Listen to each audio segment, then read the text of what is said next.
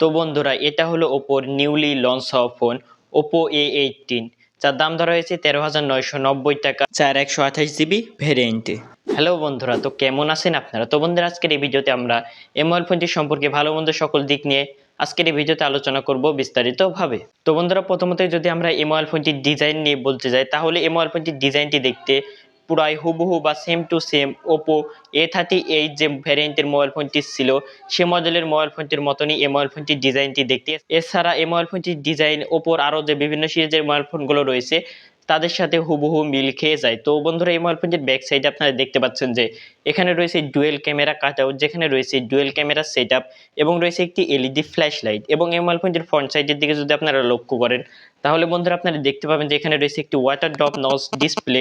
তো বন্ধুরা, এখানে যদি ওয়াটার ড্রপ নচ ডিসপ্লের জায়গায় যদি 5 হোল কাট দেওয়া হতো, তাহলে এটা প্রাইস পয়েন্ট অনুযায়ী এবং যোগোপযোগী মোবাইল ফোন হয়ে উঠতো। তো এই বিষয়টা আমার কাছে খারাপ লেগেছে। এছাড়া বন্ধুরা, এই মোবাইল ফোনটির যে ডিসপ্লে চারিদিকে চিন এবং বেজেলগুলো রয়েছে সেগুলো আমার কাছে প্রাইস পয়েন্ট অনুযায়ী ভালোই লেগেছে, কিন্তু এখানে যদি আরেকটু ন্যানো করা হতো তাহলে আরেকটু ভালো হতো। এছাড়া বন্ধুরা, এই মোবাইল ফোনটির থিকনেস হলো 8.2 mm এবং এই মোবাইল ফোনটির ওয়েট হলো 188 গ্রাম।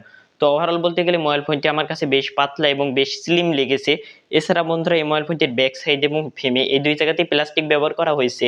এবং বন্ধুরা, আপনারা এই মোবাইল ফোনটি মোট দুটো কালারে পেয়ে যাবেন, একটি হলো গ্লোয়িং ব্ল্যাক এবং আরেকটি হলো গ্লোয়িং ব্লু। এছাড়া বন্ধুরা, আমরা যদি এই মোবাইল ফোনটির পোর্টস এবং বাটন নিয়ে বলতে যাই, তাহলে এই মোবাইল ফোনটিতে প্রায় সকল প্রয়োজনীয় পোর্টস এবং বাটনই দেওয়া রয়েছে। শুধুমাত্র আপনারা এই মোবাইল ফোনটিতে সেকেন্ডারি নয়েজ ক্যান্সেলেশন মাইক এই বিষয়টি পাবেন না। তো আপনারা এই মোবাইল ফোনটির রাইট সাইডের দিকে দেখতে পাবেন যে একটি পাওয়ার বাটন রয়েছে, যেখানে রয়েছে একটি ফিঙ্গারপ্রিন্ট সেন্সর, যে ফিঙ্গারপ্রিন্ট সেন্সরটি আমার কাছে বেশ ফাস্ট এবং অ্যাকুরেট মনে হয়েছে।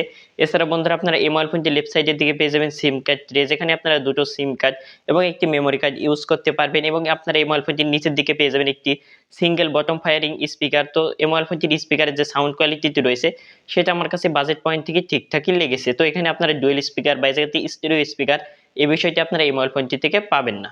তো বন্ধুরা, আমরা যদি এই মোবাইল ফোনটির ডিসপ্লে নিয়ে বলতে যাই, তাহলে এই মোবাইল ফোনটিতে রয়েছে 6.6 ইঞ্চের একটি IPS LCD HD প্লাস এর ডিসপ্লে, যার রেজলিউশন হলো 720x1612 পিক্সেল, যার পিপিআই ডেনসিটি হলো 269। তো বন্ধুরা, এখানে যদি ওপো একটি ফুল HD প্লাস এর ডিসপ্লে দিত, তাহলে এটা আমরা প্রাইস পয়েন্ট অনুযায়ী ঠিকঠাক বলতে পারতাম। এছাড়া বন্ধুরা, এই মোবাইল ফোনটির যে রিফ্রেশ রেট এবং যে পিক ব্রাইটনেসটি রয়েছে সেটা আমার কাছে প্রাইস পয়েন্ট অনুযায়ী ভালোই লেগেছে। তো বন্ধুরা, এই মোবাইল ফোনটিতে রয়েছে 90 Hz হাই রিফ্রেশ রেট, যার ফলে আপনারা এই মোবাইল ফোনটি স্মুথলি ব্যবহার করতে পারবেন।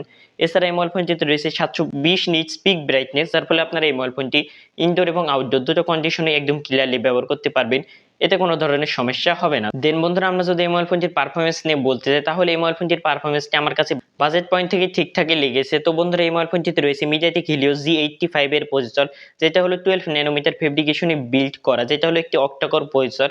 এবং বন্ধুরা, এই মোবাইল ফোনটিতে রয়েছে জিপিইউ হিসেবে মালি G52 MC2 এবং এই মোবাইল ফোনটিতে অপারেটিং সিস্টেম হিসেবে রয়েছে অ্যান্ড্রয়েড 13, তার সাথে রয়েছে ColorOS 13.1। এবং বন্ধুরা, এই মোবাইল ফোনটি যদি গেমিং পারফরমেন্স নিয়ে বলতে চাই, তাহলে এই মোবাইল ফোনটি দিয়ে আপনারা ফ্রি ফায়ার, ই ফুটবল সহ যে সকল বেসিক লেভেলের গেমগুলো রয়েছে সেই সকল গেমগুলো আপনারা আরামসে প্লে করতে পারবেন। এছাড়া আপনারা ডেইলি লাইফে যে সকল কাজবাজগুলো রয়েছে সেই সকল কাজবাজগুলো এবং মাল্টিটাস্কিং এক্সপিরিয়েন্স আপনারা এই মোবাইল ফোনটি থেকে প্রাইস পয়েন্ট থেকে ঠিকঠাকই পেয়ে যাবেন।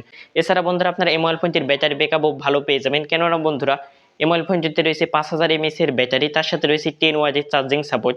তো এখানে চার্জিং সাপোর্টের দিক দিয়ে আমার কাছে একটু কম মনে হয়েছে। তো এখানে যদি তারা 18 ওয়াটের চার্জিং সাপোর্ট দিয়ে দিত, তাহলে আমরা এই মোবাইল ফোনটিকে একটু দূরত্ব চার্জ করে নিতে পারতাম এবং আমরা এই মোবাইল ফোনটিকে একটি ভালো পজিশনে রাখতে পারতাম। তো এই মোবাইল ফোনটি 10 ওয়াটের চার্জার দিয়ে আপনাদের এই মোবাইল ফোনটিকে ফুল চার্জ করতে অ্যারাউন্ড 2 থেকে 2.5 ঘন্টার আশেপাশে সময় লাগবে।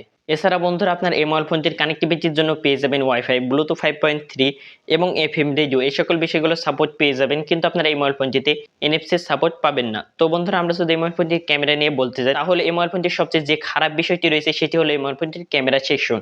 কেননা বন্ধুরা, এই মোবাইল ফোনটিতে রয়েছে শুধুমাত্র 8 মেগাপিক্সেলের মেইন ক্যামেরা এবং রয়েছে 2 মেগাপিক্সেলের একটি ডিপ ক্যামেরা এবং ফোনটির সেলফিতে রয়েছে 5 মেগাপিক্সেলের সেলফি ক্যামেরা।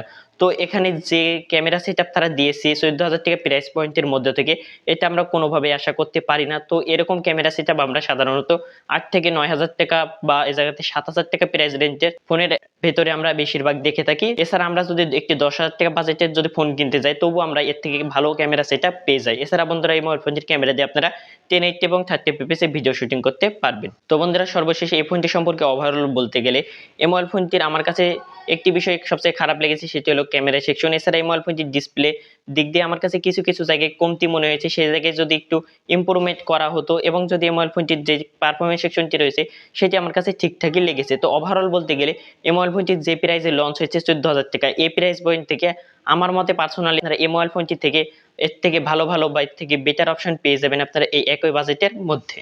তো বন্ধুরা, সর্বশেষে আপনাদের কাছে এই মোবাইল ফোনটি কেমন লেগেছে অবশ্যই কমেন্ট করে জানাবেন এবং এরকম ভিডিও প্রতিনিয়ত দেখতে আমাদের চ্যানেলটি সাবস্ক্রাইব করে আমাদের পাশে থাকবেন। তো দেখা হচ্ছে পরবর্তী কোনো ভিডিওতে, ততক্ষণ পর্যন্ত ভালো থাকবেন, সুস্থ থাকবেন, আল্লাহ হাফেজ।